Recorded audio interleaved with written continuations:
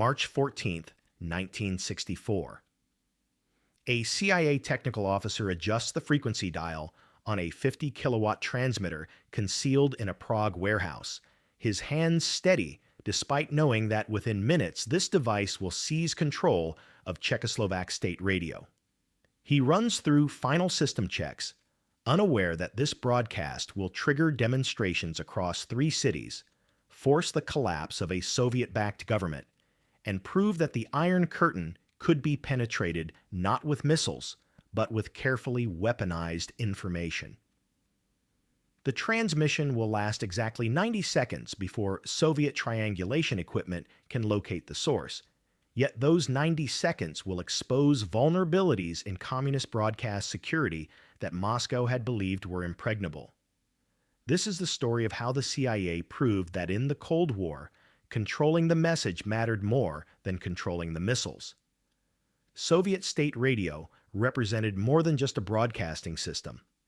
It was the nervous system of communist control, reaching into every apartment, factory, and collective farm across the Eastern Bloc, with penetration that Western intelligence agencies could only envy.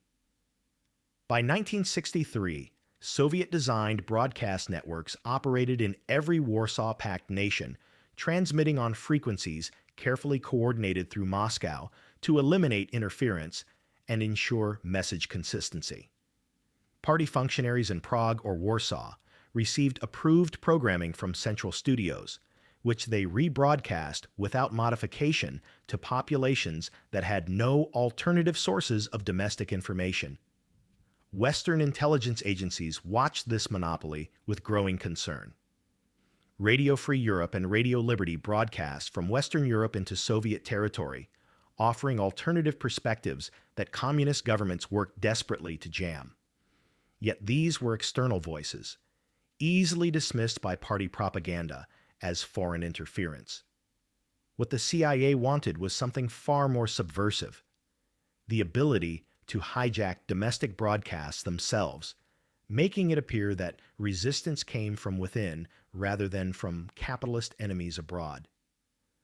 The psychological impact would be devastating. If state radio, the very voice of party authority, could be seized and turned against its masters, what other systems might prove equally vulnerable? Intelligence agencies had attempted broadcast penetration before, with failures that ranged from embarrassing to catastrophic. In 1958, CIA technical officers smuggled a transmitter into East Germany, planning to override local broadcasts during a party congress. Soviet detection equipment located the signal within 3 minutes, and Stasi security forces arrested the entire team before they could evacuate. In 1960, a similar operation in Poland ended when the transmitter suffered cascade failure during startup, producing nothing but static. British intelligence fared no better. An MI6 operation in Budapest in 1961 managed to broadcast for nearly 20 seconds, before Hungarian military forces triangulated the source and stormed the safe house, capturing equipment that revealed Western technical capabilities. These failures taught intelligence planners harsh lessons. Soviet broadcast security was layered, redundant, and backed by security services that treated any broadcast anomaly as potential act of war. The technical challenges seemed insurmountable, yet CIA officers understood that every system contained weaknesses that patient analysis could exploit. The situation grew more urgent as Soviet-backed governments tightened control over Eastern Bloc populations. The Berlin Wall had gone up in 1961, physically sealing East Germany. Hungarian resistance had been crushed in 1956, with Soviet tanks demonstrating that military force would be applied without hesitation. Any future conflicts in the region would be won not just through military superiority, but through information dominance that could undermine communist legitimacy before violence became necessary. The CIA made hijacking Soviet state broadcasts a top priority in early 1963. Previous attempts had failed spectacularly, yet each failure provided information that careful analysis could transform into operational advantage. Technical Services Division officers studied every detail of the East German and Polish operations, identifying not just what went wrong, but why Soviet security had detected them so quickly. The patterns suggested that success required rethinking fundamental assumptions. Instead of powerful transmitters operating from fixed positions, perhaps smaller mobile units that could broadcast briefly and relocate before detection. Instead of foreign equipment with distinctive signatures, perhaps transmitters built to Soviet specifications that would blend seamlessly. Instead of extended transmissions giving security forces time to respond, perhaps burst communications that delivered their psychological payload before countermeasures could be deployed. Soviet detection systems could locate transmitters in minutes, but minutes might be enough if operations were designed around that constraint. Security forces could analyze equipment signatures, but analysis took time and depended on having distinctive signatures to analyze. Response protocols assumed threats would behave predictably, but unpredictable operations might exploit that assumption. Each technical barrier, when examined carefully, revealed potential approaches that aggressive innovation might overcome. The question was whether such innovation was possible, given the constraints of 1960s technology and the operational security requirements that any infiltration into Soviet-controlled territory demanded. Soviet radio networks operated on carefully controlled frequencies, with transmitters positioned to provide overlapping coverage that eliminated dead zones while making unauthorized broadcasts immediately obvious. Central monitoring stations tracked all transmissions constantly, comparing signal characteristics against approved parameters.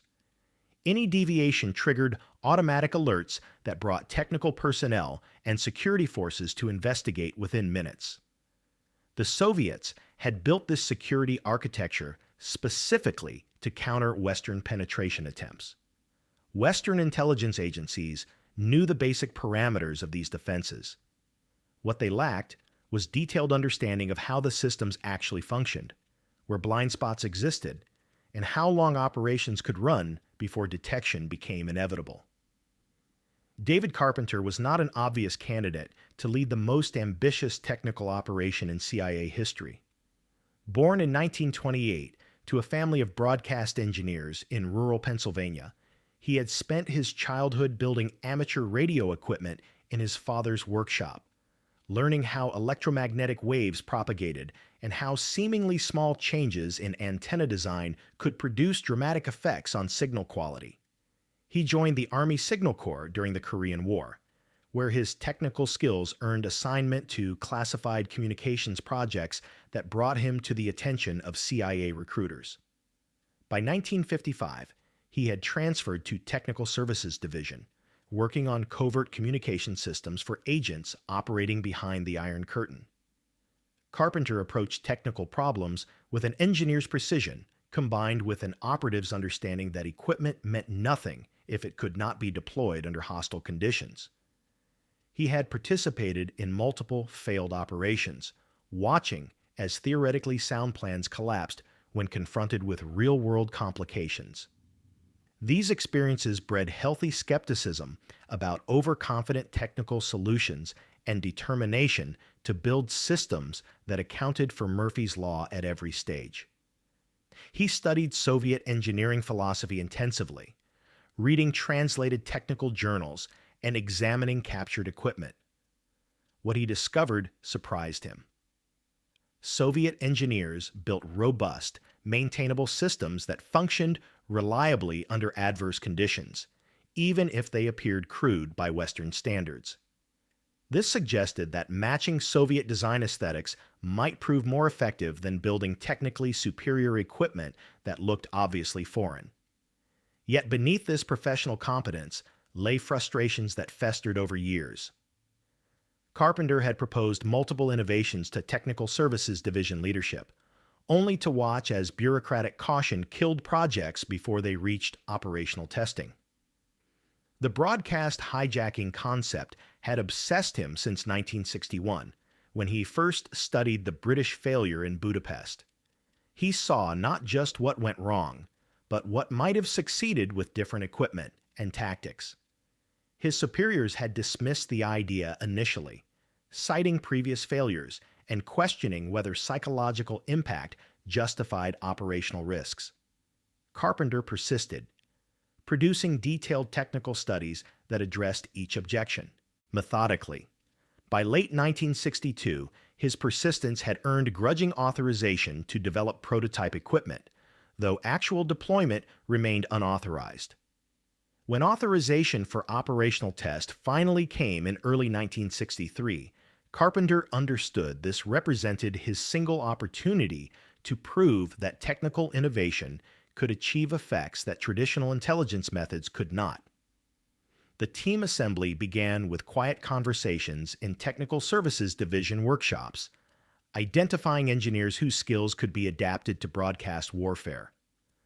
Carpenter needed specialists in 4 critical areas: transmitter design, someone who could build equipment that matched Soviet engineering signatures while incorporating innovations providing operational advantages; signals intelligence, an analyst who understood Soviet broadcast security protocols well enough to identify vulnerabilities; field operations, a case officer who could establish the Prague safe house and coordinate complex logistics; and linguistics, a Czech speaker who could prepare broadcast content and verify its authenticity.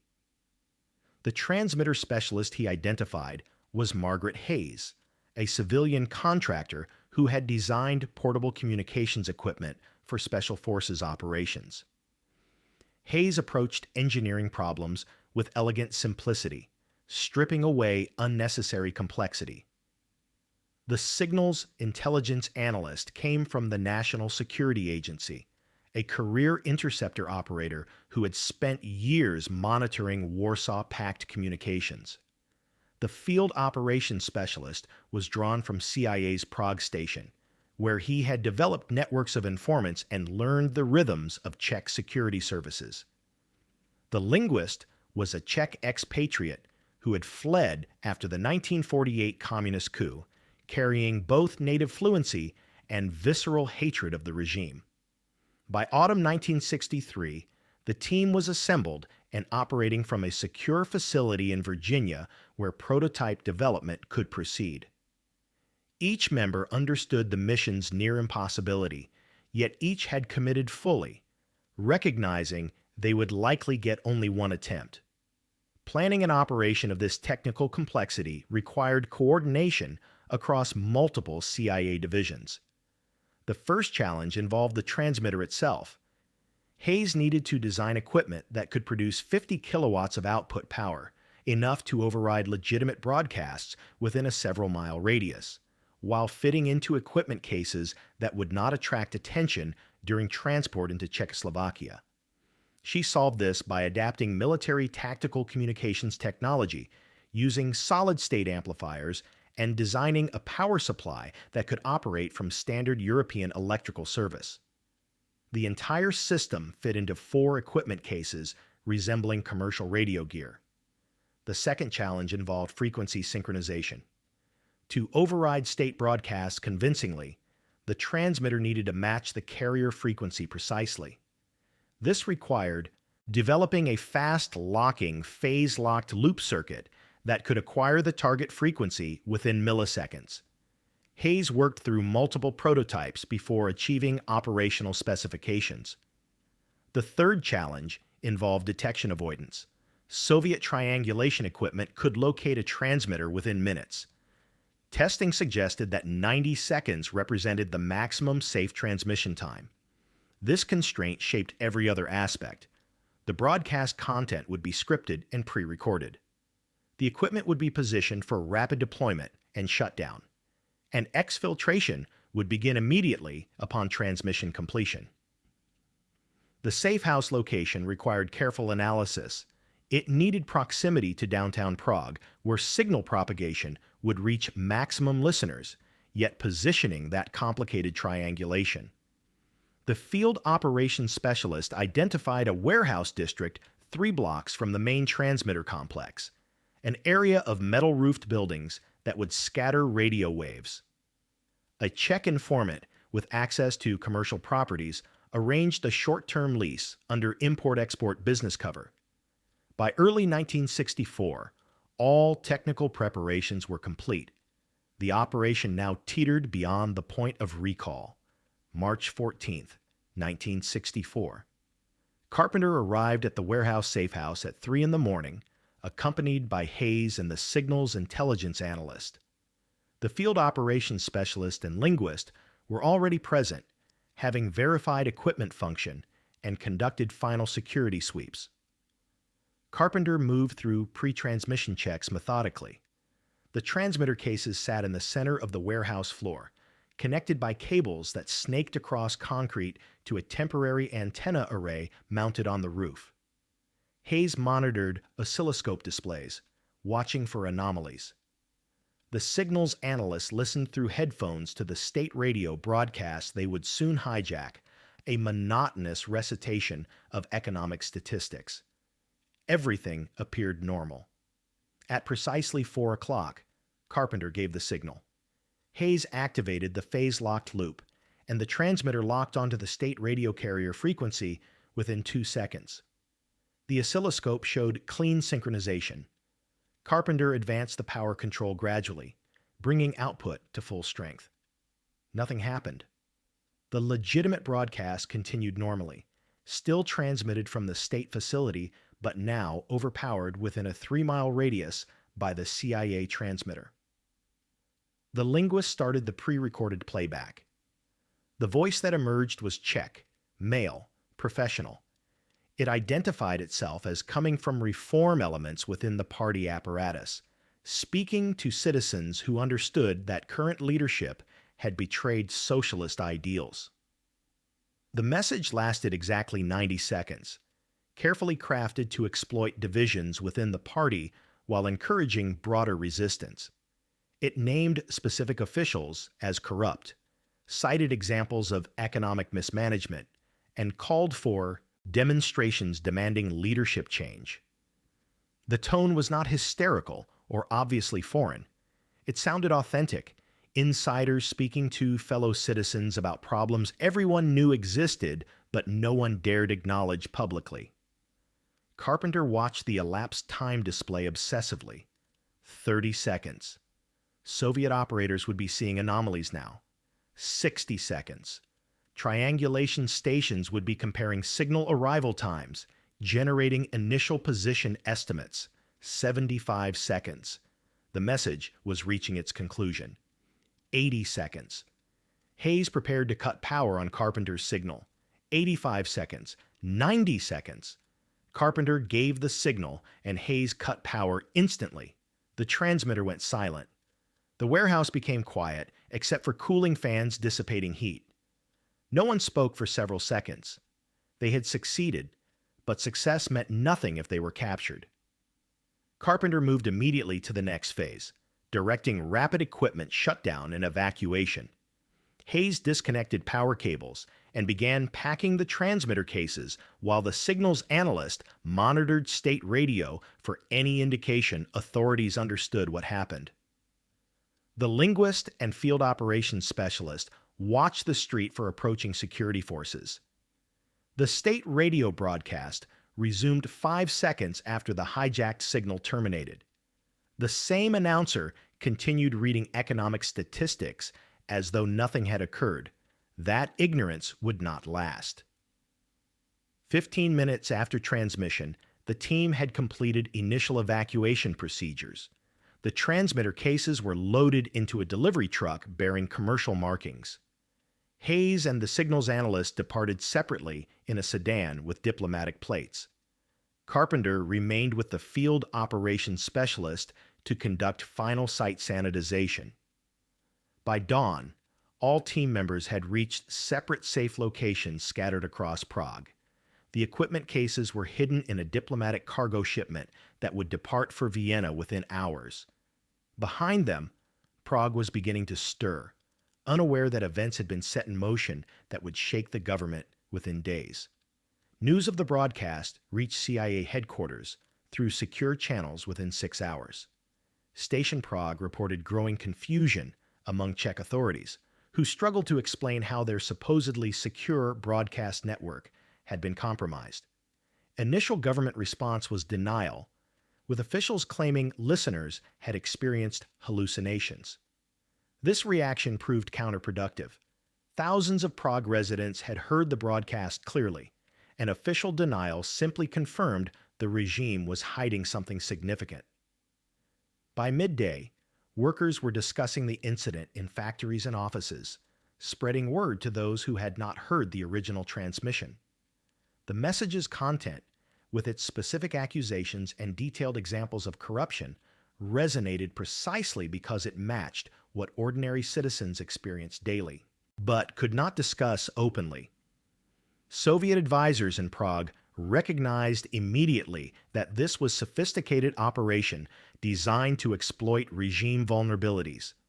They demanded comprehensive security review of the entire broadcast network. Czech intelligence services launched extensive investigation, interviewing engineers at the central transmitter facility and checking equipment for tampering. They found nothing.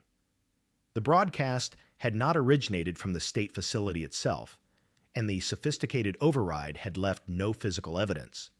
Triangulation data suggested a location in the industrial district, but the broad area contained hundreds of potential sites, and by the time security forces began systematic searches, the equipment had departed. Western intelligence agencies monitored Czech responses with intense interest, noting both the operation's success and the regime's inability to mount effective counter. Within Czechoslovakia, opposition elements began organizing, recognizing that if state radio could be hijacked, perhaps other symbols of regime control could be challenged. CIA and allied technical experts descended on the operation's details with scientific fervor, analyzing every aspect to determine what had been accomplished and how principles might be applied to future psychological operations.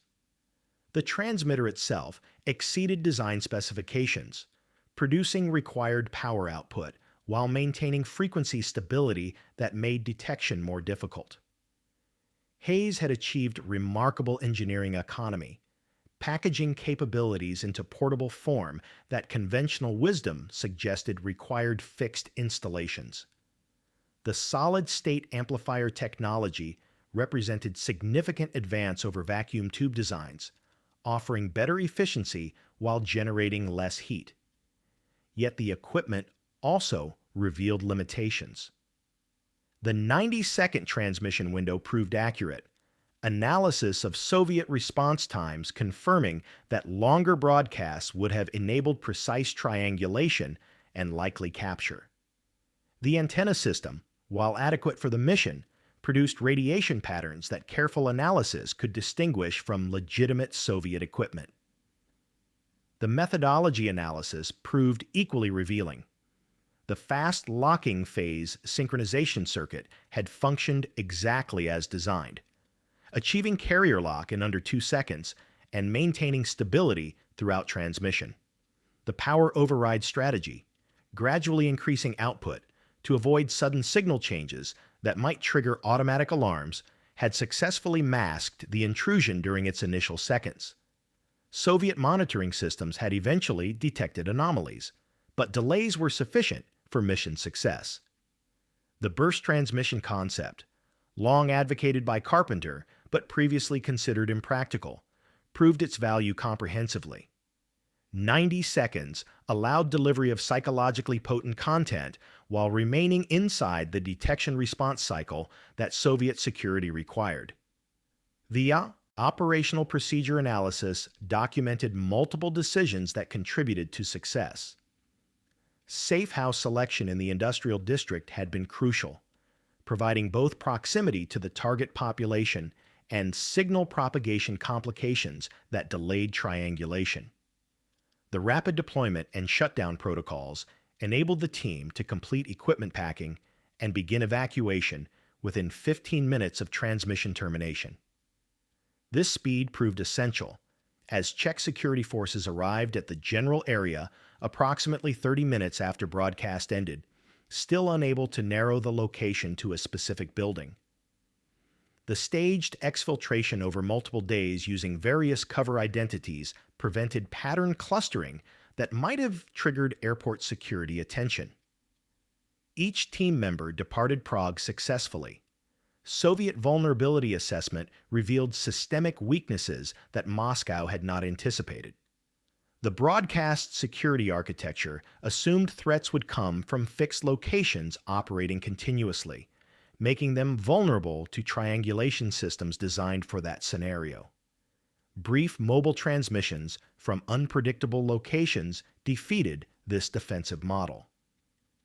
The authentication protocols that were supposed to verify legitimate transmissions proved inadequate when faced with equipment that matched Soviet technical signatures. Czech operators had not recognized the hijack immediately because the override signal looked enough like their own transmissions that automated systems did not alarm.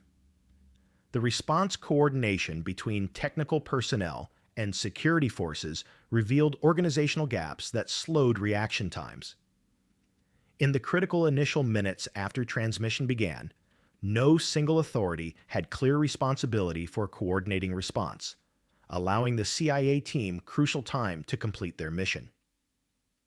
Intelligence implications extended beyond the specific operation. CIA analysts recognized that the methodology could be adapted to other communication systems throughout the Eastern Bloc.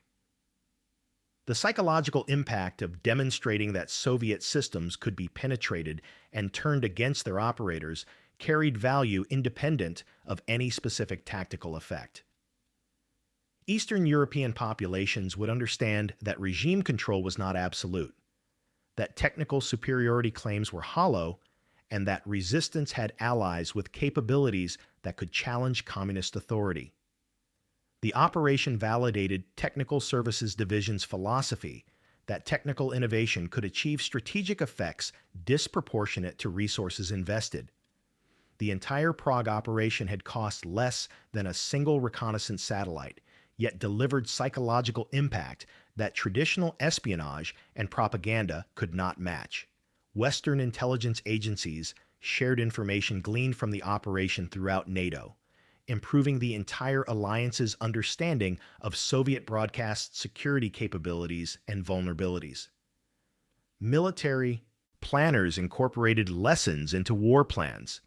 Psychological warfare specialists analyzed the broadcast content and its effects, documenting principles that governed effective messaging when communication windows were measured in seconds.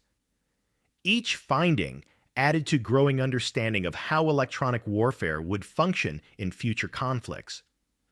David Carpenter returned to CIA headquarters in Langley 4 days after the Prague transmission, where he received commendations that would remain classified for decades and promotion to senior technical officer within Technical Services Division. The Prague operation's success validated his long-advocated approaches to electronic warfare and established his reputation as the agency's preeminent expert on broadcast penetration operations. His career trajectory after March 1964 involved leading increasingly sophisticated technical operations across Eastern Europe and the developing world. He directed development of next-generation transmitters that could operate at even higher power levels while maintaining portability. He pioneered frequency hopping techniques that made detection more difficult. And he mentored younger engineers, passing along the operational philosophy that had made Prague successful. Yet beneath these professional accomplishments lay costs that Carpenter rarely discussed. The Czech informant who arranged the warehouse lease was arrested 3 weeks after the transmission when security investigations eventually traced property records. Czech authorities sentenced him to 15 years in prison for collaborating with Western intelligence. Carpenter had known this was possible, yet abstract acceptance of potential consequences differed profoundly from learning that specific individuals had paid prices for his success. This outcome haunted Carpenter in ways that operational debriefings never captured.